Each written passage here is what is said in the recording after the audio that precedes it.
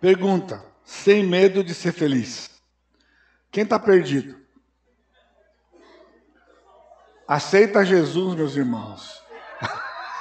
Aceita Jesus. Ok. Quem está perdido nas contas aqui? Muito bem. Então, vocês estão perdidos nas contas? Muito bem. Vamos lá. Lembre-se que é uma exposição bíblica, e sendo uma exposição bíblica, eu não posso simplesmente dar para você uma resposta, né? Porque você vai, como é que o pastor chegou nessa resposta, né? Então nós estamos primeiro seguindo o texto, e agora eu vou esmiuçar um pouquinho para você poder entender, tá bom? Então o texto disse, o anjo disse para Daniel, 70 semanas estão determinadas sobre o teu povo e tua santa cidade, para pôr fim à transgressão.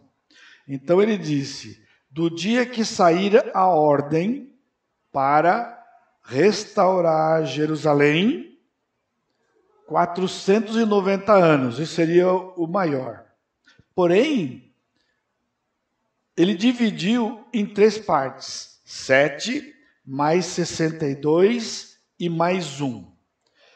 Não pode ser 70 fechado, senão ele não tinha aberto. Ele disse 70 semanas, 490 anos. Ele está fazendo um trocadilho de palavras agora aqui, e de cálculo. Então 7 mais 62 são 69. Então ele disse que imediatamente, seguidamente, haveria 69 semanas. Mas ele dividiu em 7 mais 62. E o texto seguinte diz, depois das 62, 2 semanas, vai ser morto ungido. Então, ele quer dar exatamente essa informação. Toda essa profecia é para dar 2 informações. A morte do ungido e um período de 7 anos em que o anticristo iria fazer um pacto com Israel. Então ele tinha que abrir esse tempo aqui. Então a conta é 69, como são 7 anos, são 69 vezes 7, que vai dar 483. Então dos 490, ele separou 483 e deixou 7 anos separado. 483 anos se cumpriria com a vinda do Messias. E aquela semana separada ia ficar separado por um tempo indeterminado. E nós vamos ver daqui a pouco o intervalo da profecia. Por que ele ficou assim? Então, quando você pegar 483 anos e multiplicar por 360 dias, que é cada ano, você está transformando o ano em dias. Anos em dias. 483 anos lunares é a mesma coisa que 173.880 dias. Por que ele fez isso? Porque não era um número redondo. O dia da ordem, 483 anos, não ia dar exatamente o dia que ele queria. Por isso ele tinha que abrir. E eu vou explicar agora para vocês. Então ele está dizendo que da ordem, 173.880 dias, ou 483 anos lunares, o Messias ia surgir. Depois ele ia morrer. E Israel seria invadida. Entenda que no dia que Daniel recebeu essa informação, era só o que ele sabia. Nada mais do que isso. No Novo Testamento, isso vai se cumprir. Lembrando então que na revelação histórica, nesse momento, Daniel sabia que teria 483 anos para frente, e depois um intervalo entre 483 e a outra semana, que seria 490, teria um intervalo aberto. Você entendeu por que ele não somou? Porque tem um intervalo aberto. E esse intervalo aberto, ele deu 2 eventos que nós vamos ver no Novo Testamento. Então, se você pegar agora o que está lá no cálculo para você, é outro slide depois desse? Isto. Se você colocar lá, somando 173.880 dias ao dia 5 de março de 444, você vai chegar no dia 30 de março de 33. Se você pegar 444 e somar com 33, você vai ter 477. Por isso que não pode calcular em anos, porque ele está fazendo o ano lunar e ano solar. 444 até 33 é ano solar. Então nós vamos ter que fazer uma conversão agora de ano solar para ano lunar. 444 mais 33 dá 476. Pastor, você não sabe fazer conta, não, pastor? 477. Mas não é 477, é 476, porque não tem ano zero. O ano 1 antes de Cristo e o ano 1 depois de Cristo é um ano só. Então são 476 anos. Deu para entender? Não tem ano zero.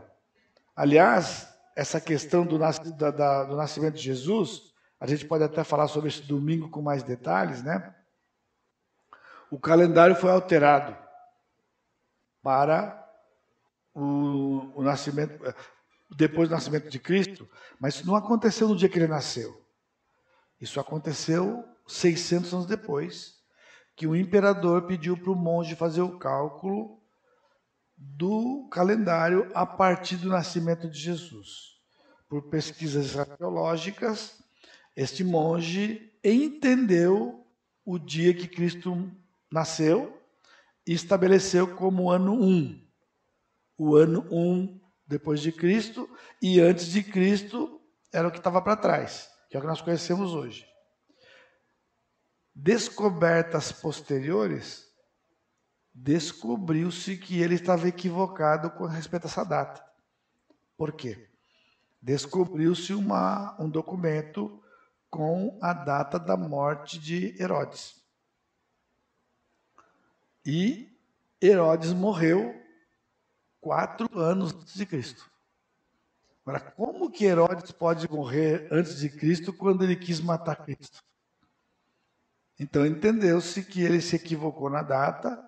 Então Cristo nasceu no ano 4 ou 5 antes de Cristo. Agora entortou tudo, né?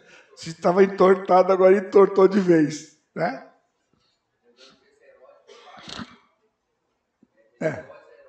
Herodes o Grande. Esse é Herodes o Grande. Então deixa eu explicar o que aconteceu para vocês. Quando esse monge foi fazer o cálculo, nas suas pesquisas, ele entendeu que Cristo nasceu no ano 754 da fundação de Roma, que era o calendário que eles usavam, AUC. No ano 754, Cristo nasceu, então ele estabeleceu este ano como o ano 1. Só que nessa descoberta arqueológica, descobriu-se que Herodes morreu no ano 750. E aí, bom, se a data é real, que ele morreu em dezembro de 750, então ele não pode ter morrido antes de Cristo ter nascido. Ele tem que ter morrido depois do nascimento de Jesus. Como essa é uma data com documento, o que ele fez? Trouxe a data de Cristo para trás. Só que o calendário está feito. Não podia mudar. Não tem como mudar o calendário de novo. Descobriu que estava errado. Então, o que nós temos, então, é que Cristo nasceu 4 anos antes de Cristo. Porque o calendário não pode ser mudado. E como Cristo morreu no ano 33, Cristo morreu com 37 ou 38 anos. Ele não morreu com 33 anos. Nessa data não está na Bíblia. Ele tinha cerca de 30 anos quando ele começou o ministério, mas não era 30, era cerca de 30. Portanto, ele tinha 34 quando começou. Mais 3 de ministério, ele morreu com 37. Essa é a idade que nós vamos ter no céu. No céu nós vamos ter 37 anos de idade, todos nós. Não importa a idade que você morrer, quando ressuscitar, você vai ter a aparência que você tinha com 37, tirado os efeitos do pecado. Deu para entender? A gente fala isso depois, mais tarde. Vamos voltar para cá? O que é o ano 30 de março de 33? Aí o que acontece? Quando eu li o Alva McClain, e eu vi o erro que ele tinha cometido lá, eu fiquei intrigado com os 476 anos, né? E eu queria transportar para o nosso calendário. 476 anos solares, mas qual é o ano solar? 365 dias e 6 horas. Então, se calcular 365 dias e 6 horas, a conta não vai fechar, porque tem os anos bissextos. Então, o que eu fiz na época? De verdade, eu liguei para a USP, porque eu morava próximo da USP. Eu fucei até achar um lugar que eles davam a contagem real do ano solar. Você está maluco? Você não sabe que é... Não, eu quero a contagem real. Falou, então você tem que ligar no departamento tal, que é a mesma contagem que eles usam na NASA para calcular o ano solar. E o ano solar, na verdade, são 365 dias, 5 horas, 48 minutos, 45,975 segundos. Isto em número 365 vezes 24, 21, 98, 79. É uma dízima infinita. Mas eles usam com 2, 4, 6, 8, 9 casas decimais. A NASA usa com 9 casas decimais, o INPE usa com 9 casas decimais. Ou seja, cada 4 anos a gente coloca um dia a mais. Mas como ele arredondou para 6 horas, a cada 100 anos, o ano é dividido por 4, mas não é bissexto. Então tem que tirar um ano. E cada 400 anos, aqueles segundos que estão arredondados, vai dar um dia. Então aumenta um dia. Então você aumenta um, tira um, põe um, mas cada 100, cada 400. Isso aqui, então a gente multiplica pelo número. O ano solar tem, oficialmente, 365 dias, 24, 21, 98, 79.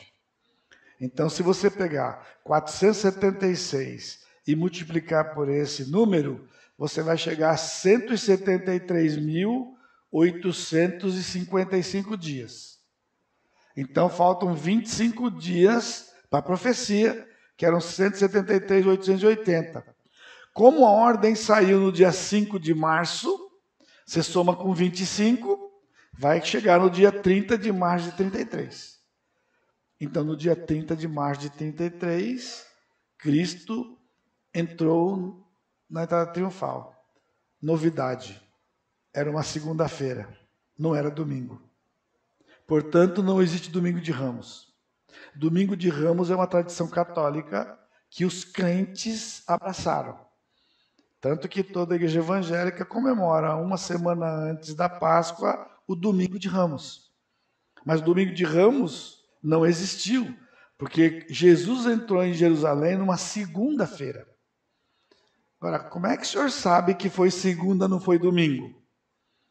Porque o dia 30 de março de 33 tinha que coincidir com o calendário da Páscoa, que a gente guarda. Se você for para Hebreus 12, Êxodo 12.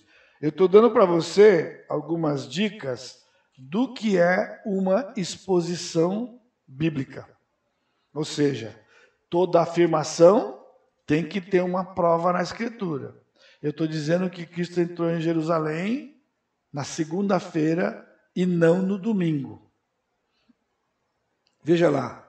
Disse o Senhor a Moisés e a Arão na terra do Egito, versículo 1. Este mês será o principal dos meses, será o primeiro mês do ano.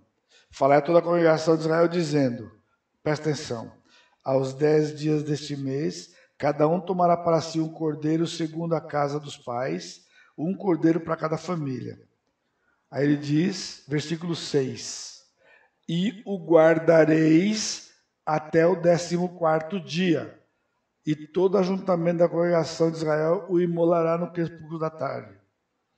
Ficou fixado na mente do crente e dos teólogos que o calendário apontava para o 14º dia de Nisan, que era o dia da Páscoa.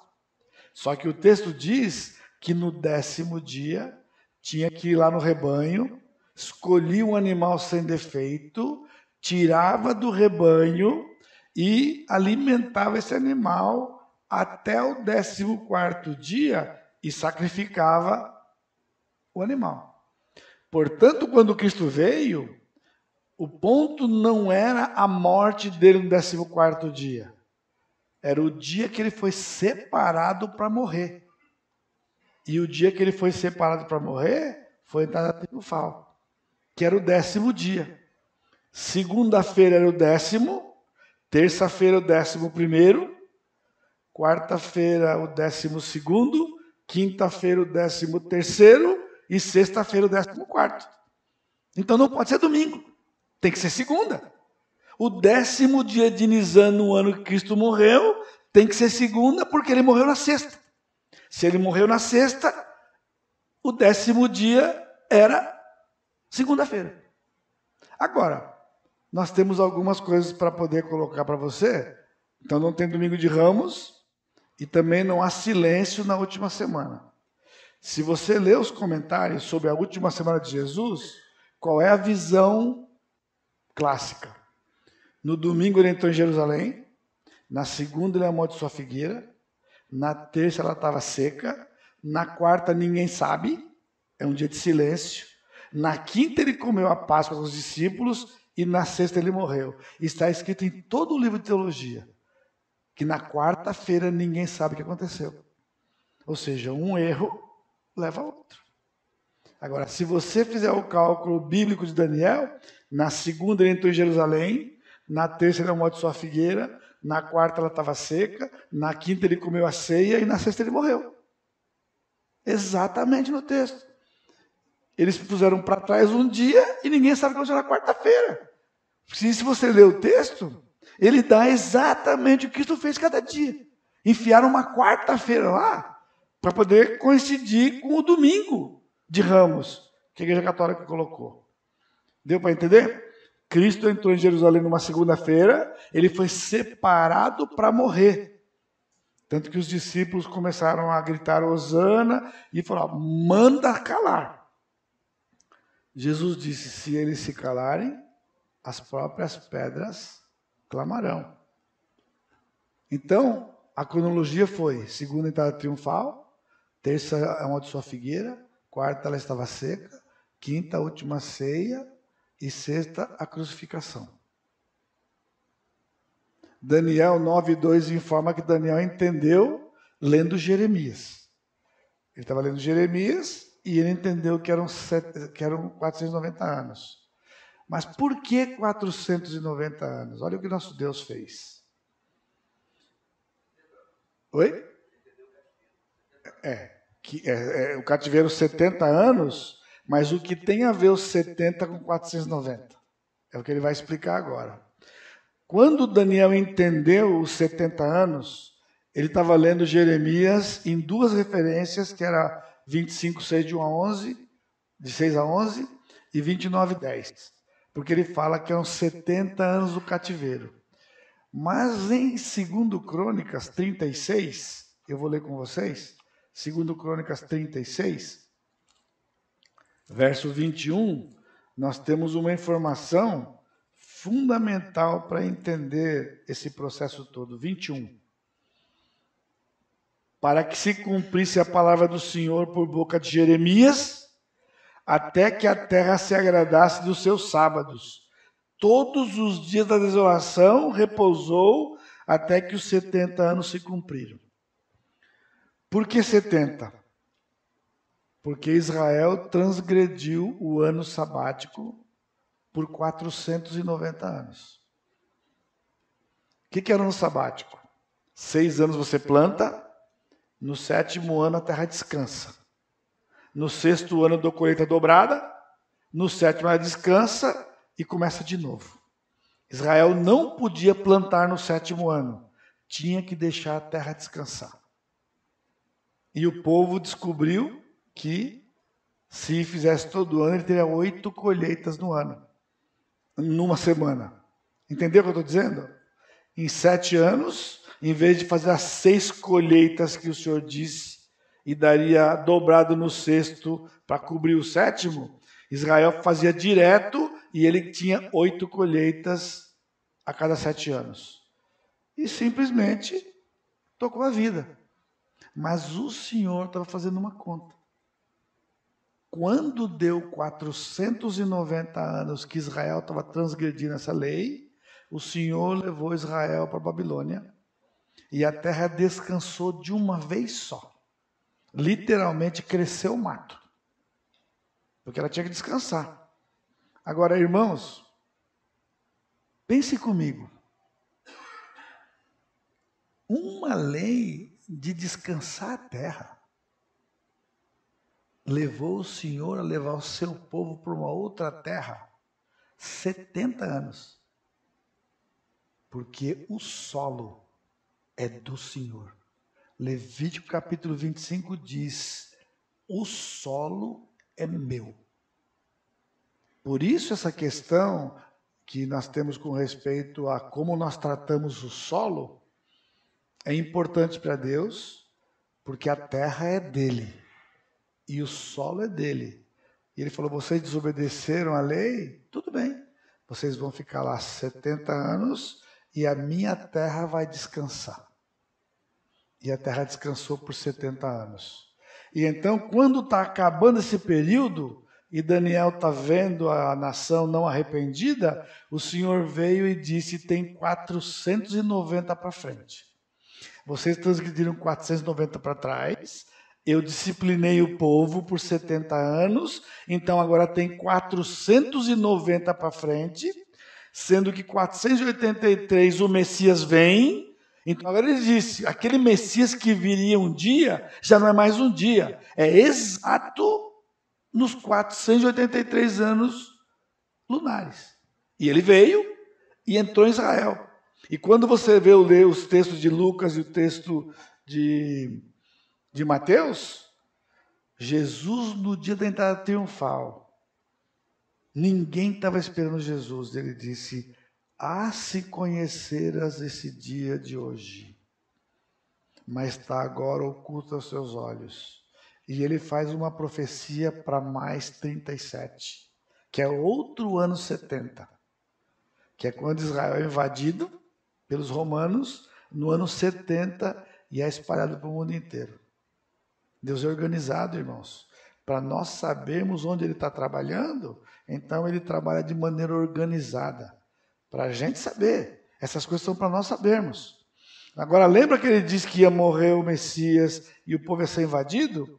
Então tinha um intervalo, o ano 33 e o ano 70. Então, pelo menos entre a última semana e aquelas 483 anos, tinha que ter pelo menos 37 anos. Só que está aberto, porque ele diz lá: ele fará firme alianças com muito por uma semana.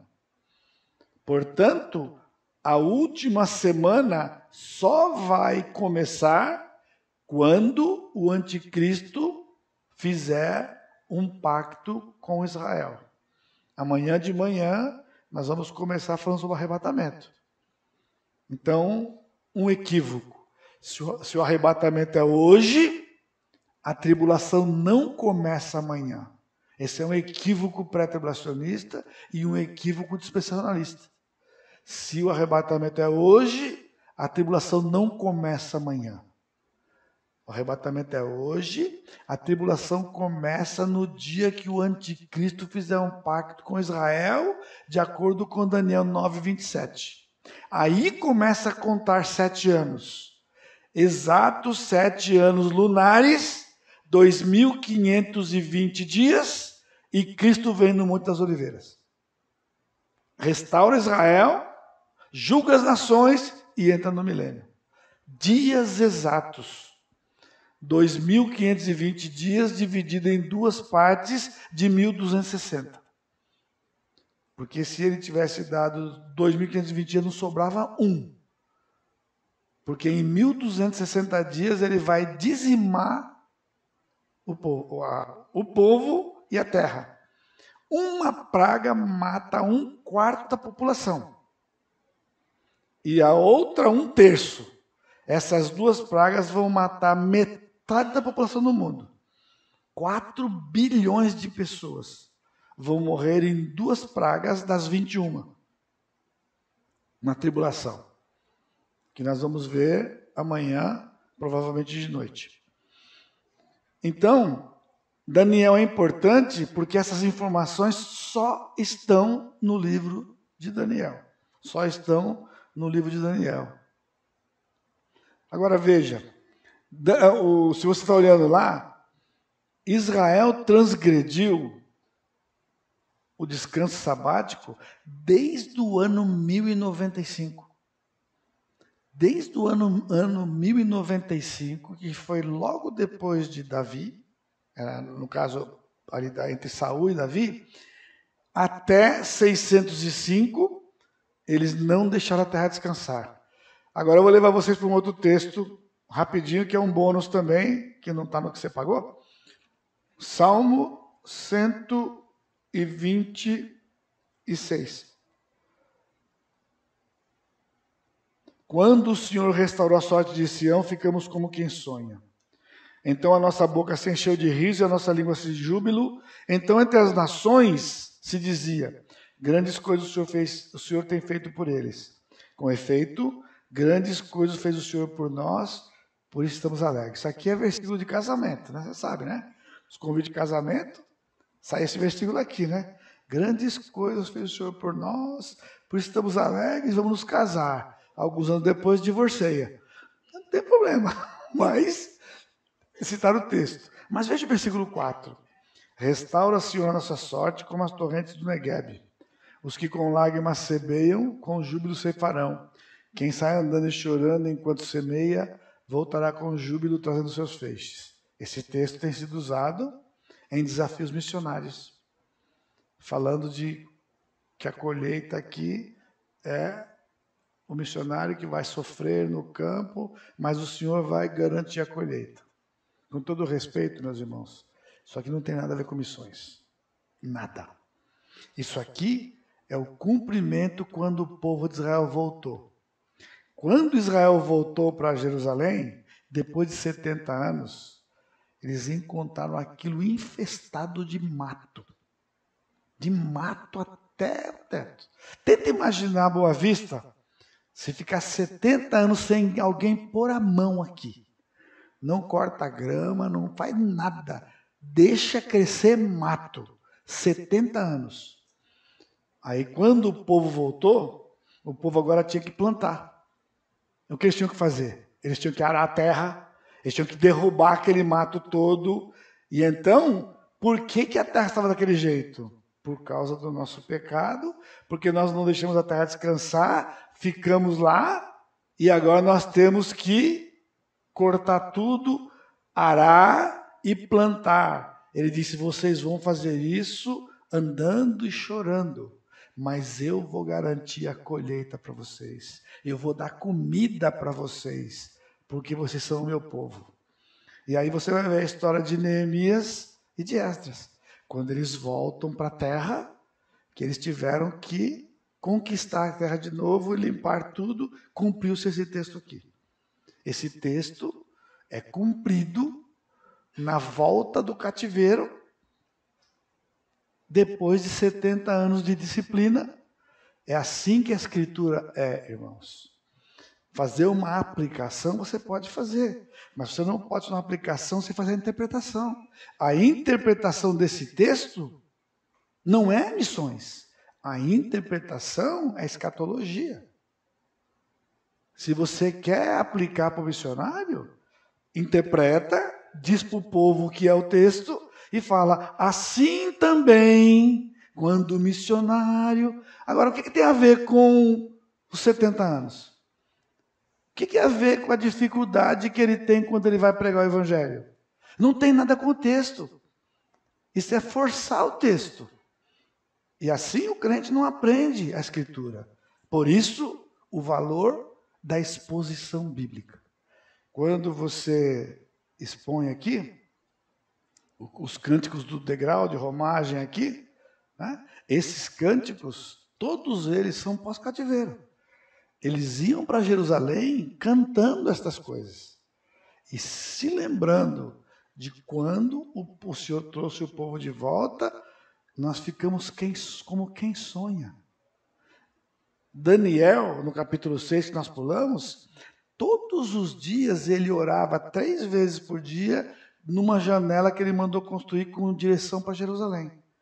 Ele chamou um arquiteto, mandou construir a casa dele. Falou assim, constrói, bonitinho, faz a planta, porém, tem que ter um quarto com a janela ali. Porque todos os dias ele olhava, um dia eu vou sair daqui e eu vou voltar para lá. Um dia e 70 anos se passaram. Então, quando Ciro deu o decreto, volta, eles ficaram como quem sonha. Estamos voltando para a nossa terra, a terra que Deus nos deu, a terra que nós perdemos porque nós desobedecemos o Senhor. Nós temos que obedecer o Senhor para poder permanecer na terra. Mas não obedeceram, eles não creram, não esperaram o Senhor. Então o Senhor disse, vocês vão ser espalhados agora e não vai ser para a Babilônia, vai ser no mundo inteiro. Por isso, no ano 70, Israel deixou de ser o Estado de Israel. E foi dominado pelos árabes, pelos palestinos, e hoje está aquela confusão. Porque em 1948, quando eles foram constituídos nação, isso foi um ato político da ONU, que deu direito a Israel um pedaço de terra, e eles falam tanto daquela terra, é triste, meus irmãos. Se você olhar, entra no Google e coloca lá, território de Israel. É uma faixinha desse tamanho, que no canto tem Gaza, e no meio do território, né, tem a Palestina, e depois a Jordânia. O Rio Jordão, a Jordânia, e no Rio Jordão aqui tem a Palestina, dentro do povo de Israel. Agora, o que o Senhor prometeu para Israel vai do mar Mediterrâneo até o rio Eufrates. Toda a Jordânia é território de Israel. Sabe o que é isso aqui? O que é isso aqui? Escritura. É a escritura da posse do povo de Israel daquela terra. O Velho Testamento é um testamento, é uma escritura de posse da terra. Tem todos os limites aqui. E o tempo que eles mais conseguiram foi com Davi. E foi um pedacinho menor, maior do que é hoje, mas menor do que era para ser. Israel nunca conquistou aquilo. Quando Cristo trouxer Israel de volta, ele vai dar todo aquele pedaço para ele. Todo aquele pedaço. Vai ser uma volta que o Senhor vai trazer Israel usando o anticristo, que vai assinar um pacto com Israel de paz e vai construir. Tem uma briga eterna com respeito ao templo, que provavelmente não é onde eles acham que é, ali onde está a mesquita. Não é ali. Porque o ponto de partida do templo é o altar do sacrifício. Quando Israel estava no deserto, como é que eles montavam a tenda? Você sabe como que era? Eles desmontavam a tenda e caminhavam. A nuvem parava, eles paravam. E quando eles paravam, eles tinham que construir o tabernáculo. E como é que eles construíam? Eles construíam o altar do sacrifício.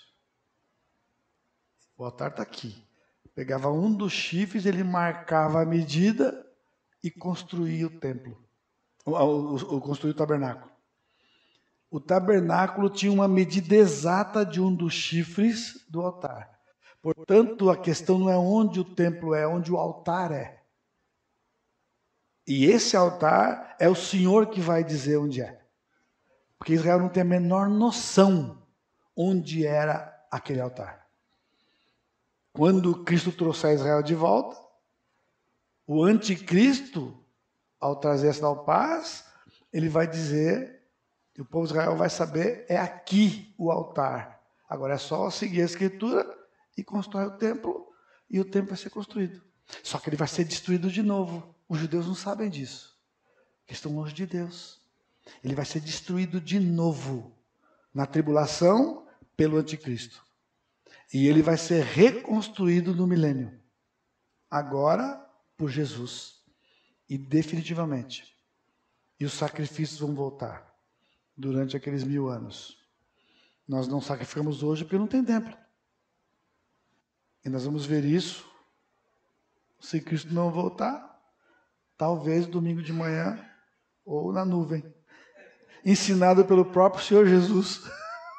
Vai ser mais legal, não vai? Vai ser mais legal, né? Muito mais legal, não é verdade? Então, o que eu quero desafiar vocês é que a Escritura é um livro precioso, irmãos. Ela é palavra de Deus. Ela é harmoniosa. Ela não tem lugar para confusão. As confusões são criadas pelo próprio homem, pelo seu orgulho. Não tem humildade de admitir o que o outro. Eles não querem eles ficam defendendo coisas. O que nós fizemos aqui, nós lemos o texto. Nós lemos o texto. Deixa o texto falar. Leia a palavra. Se apropria da palavra. Ela tem poder, porque é palavra de Deus. E ela então vai fazer o seu papel para nós aqui. O intervalo na profecia, se você colocar rapidinho para nós lá, eu estou de olho no tempo aqui. Então, em Daniel 9, 26 e 27, nós encontramos 3 fatos específicos. Entre as 69 e as 70, teria, primeiro, vai ser morto ungido. Aconteceu no ano 33. Segundo, o príncipe de um povo que há de vir, no ano 70. O terceiro, ele fará firme alianças com muito por uma semana. Esse é o anticristo, que é a tribulação. E na metade da semana, ele vai fazer cessar o sacrifício. É o que está no Daniel, capítulo 9. Isso aqui se cumpriu. Cristo morreu no ano 33, e Israel foi invadido no ano 70, ou seja, havia um intervalo de pelo menos 37 anos. Por que eu estou dizendo isso? Porque o amilenista, ele zomba desta visão literal, dizendo que, assim como as 7 e as 62 não tinha intervalo, por que está por um intervalo entre as 69 e as 70? Por causa do texto. Ele disse 7 mais 62. E o ungido vai ser morto. E o príncipe que há de vir vai destruir a cidade. E ele vai fazer aliança com muitos por uma semana. O intervalo está colocado pelo texto. Ele não pôs intervalo entre as 7 e as 62, mas pôs o intervalo entre as 69 e as 70. Agora, o que é importante? Os 2 primeiros fatos estão 37 anos. O que, veja na letra B, isto é comum na profecia e fundamental para entender a tribulação. O sonho do capítulo 2, nas 2 visões de Daniel e o capítulo 7 e 8, nós temos o intervalo entre a primeira e a segunda vinda. Se vocês têm o livro, ele tem um gráfico no livro. Eu vou mostrar para você agora. Ó. Dá para você enxergar lá? Vocês estão enxergando ali? Porque lá está embaçado para mim. Aqui está melhor para vocês, está vendo? Vocês estão vendo agora que a estátua lá, aí depois aqui o capítulo 7, os animais, e o capítulo 8. Está vendo essa tarja escura? a idade da graça, que eu prefiro que seja da igreja, da cruz até o arrebatamento. Todas as profecias do Velho Testamento, quando falam do futuro, elas falam em dois momentos distintos com um intervalo no meio. E esse intervalo é o que nós estamos vivendo hoje, que é chamado teologicamente o interregnum. É a distância entre o reino de Cristo que ia ser implantado e o reino que vai ser implantado. Aqui tem uma coisa importante para você, que é a parte prática, para a gente encerrar hoje como cada dia. Por que Cristo foi batizado? Essa é uma discussão teológica, né? Por que Cristo foi batizado? Ele não tinha pecado. O súdito se arrependia. Arrependei-vos e cada um seja batizado. Esse era o que João dizia. De repente chegou Jesus. E Jesus chegou para ser batizado e João falou, não, eu que tenho que ser batizado pelo Senhor. Ele disse, não, você tem que cumprir, e Cristo foi batizado. Desceu o Espírito como pomba, tudo a gente já sabe. Mas aí a questão, por que Cristo foi batizado? Você lembra? Não sabe o propósito, você perde metade do significado. Porque o que significa o batismo? Batismo é uma identificação. Vocês aprendem isso quando foram batizados, né? É a identificação do crente com Cristo na sua morte, sepultamento e ressurreição. Por isso, a imersão. Morte e ressurreição por uma novidade de vida. Mas o que a palavra batismo realmente tem de significado é uma identificação que, no caso de Jesus, era uma identificação com o reino. Quando João pregou, ele diz, arrependei-vos, porque é chegado o reino de Deus. O reino ia ser instaurado quando Cristo chegou. Mas para você ter um reino, você precisa de 3 coisas. Uma terra, um pedaço de terra, um rei e súditos. O pedaço de terra era Jerusalém, era Palestina, na época era o território de Israel. Os súditos, aqueles que vinham com arrependimento. De repente, chegou quem? O rei do reino. E quando ele chegou, João não entendeu, porque João estava ligando com o pecado. Jesus diz, você tem que cumprir isso agora. O rei está se identificando com o reino que ele ia implantar. Por isso ele foi batizado.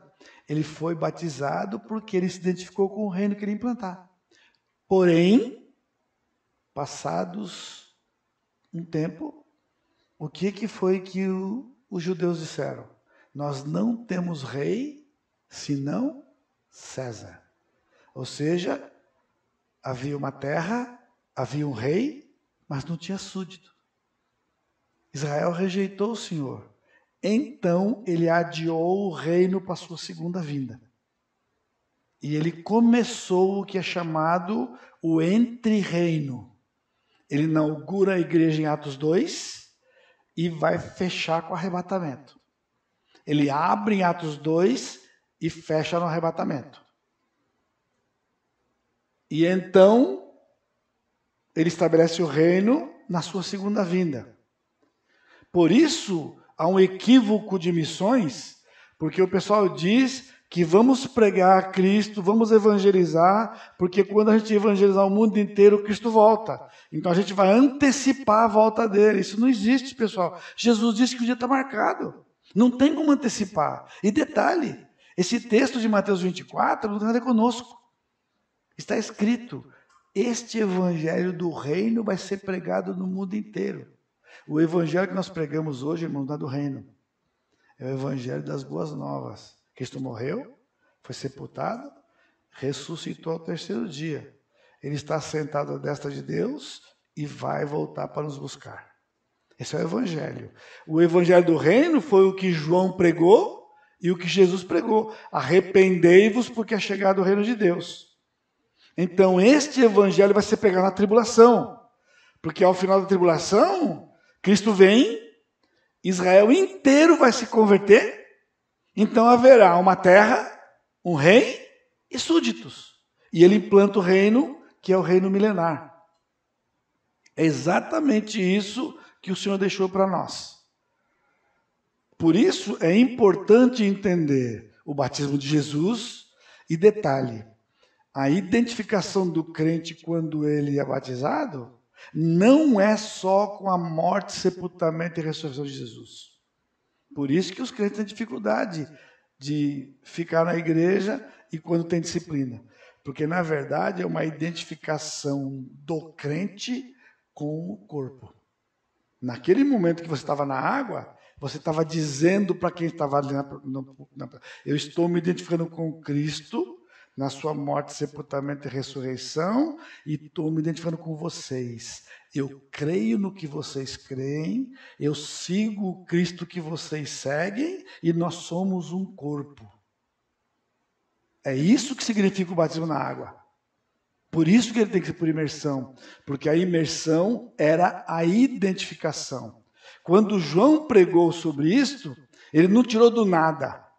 De onde ele veio, que ele estava no deserto, porque quando o pessoal se desincompatibilizava com a corrupção em Jerusalém no sacerdócio, eles iam para o deserto. E eles se reuniam lá e eles cumpriam o Velho Testamento lá.